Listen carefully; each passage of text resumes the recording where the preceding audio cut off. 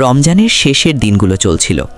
ছোট্ট একটি গ্রাম, চারদিকে সবুজ গাছ, মাঝখানে একটি পুরনো মসজিদ। সেই গ্রামের এক গরিব ছেলে ছিল, নাম তার রাশেদ। রাশেদের বাবা অনেক বছর আগে মারা গেছেন। তার মা মানুষের বাসায় কাজ করে কষ্ট করে সংসার চালাতেন। রাশেদ খুব বেশি কিছু পায়নি জীবনে, কিন্তু তার একটি বড় সম্পদ ছিল, আল্লাহর ওপর অগাধ বিশ্বাস। একদিন জুমার নামাজের পর মসজিদের ইমাম সাহেব সবাইকে বললেন, রমজানের শেষ 10 রাতের মধ্যে একটি রাত আছে, লাইলাতুল কদর। এই রাত 1000 মাসের চেয়ে উত্তম। যে এই রাতে ইবাদত করবে তার গুনাহ মাফ হয়ে যেতে পারে। এই কথা শুনে রাশেদের মনে গভীর আশা জাগল। সে ভাবল, আমি যদি সেই রাতটা পাই তাহলে আমি আল্লাহর কাছে আমার মায়ের জন্য দোয়া করব, যেন মা আর কষ্ট না পায়। সেই দিন থেকেই রাশেদ সিদ্ধান্ত নিল, রমজানের শেষ 10 রাত সে কোনোভাবেই নষ্ট করবে না।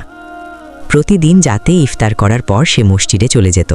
কখনো নামাজ পড়ত, কখনো কুরআন তিলাওয়াত করত, আবার কখনো চুপচাপ বসে আল্লাহকে মনে করত। অনেক সময় সে সেজদায় গিয়ে কেঁদে ফেলত। সে বলতো, হে আল্লাহ, তুমি তো সব জানো, আমার মায়ের কষ্ট তুমি দেখো, তাকে সুখ দাও, আমাদের জীবন সহজ করে দাও। এভাবে এক এক করে 21, 23, 25 রাত পার হয়ে গেল। এক রাতে, সম্ভবত 27 রমজান, গ্রামটা যেন অন্যরকম শান্ত হয়ে গেল। বাতাস ছিল ঠান্ডা ও প্রশান্ত, আকাশে চাঁদের আলো ছিল খুব কোমল। মনে হচ্ছিল পুরো পৃথিবী যেন শান্তিতে ভরে গেছে।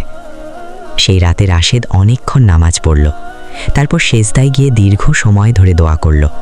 তার চোখ থেকে অঝরে পানি পড়ছিল। সে শুধু বলছিল, হে আল্লাহ, তুমি দয়ালু, আমার মায়ের দুঃখ দূর করে দাও। সেই রাতের পর রাশেদের জীবনে ধীরে ধীরে পরিবর্তন আসতে লাগল। গ্রামের এক দয়ালু মানুষ তাকে পড়াশোনার সুযোগ করে দিলেন। তার মায়ের কাজের কষ্টও কমে গেল। গ্রামের মানুষ তাদের সাহায্য করতে শুরু করল।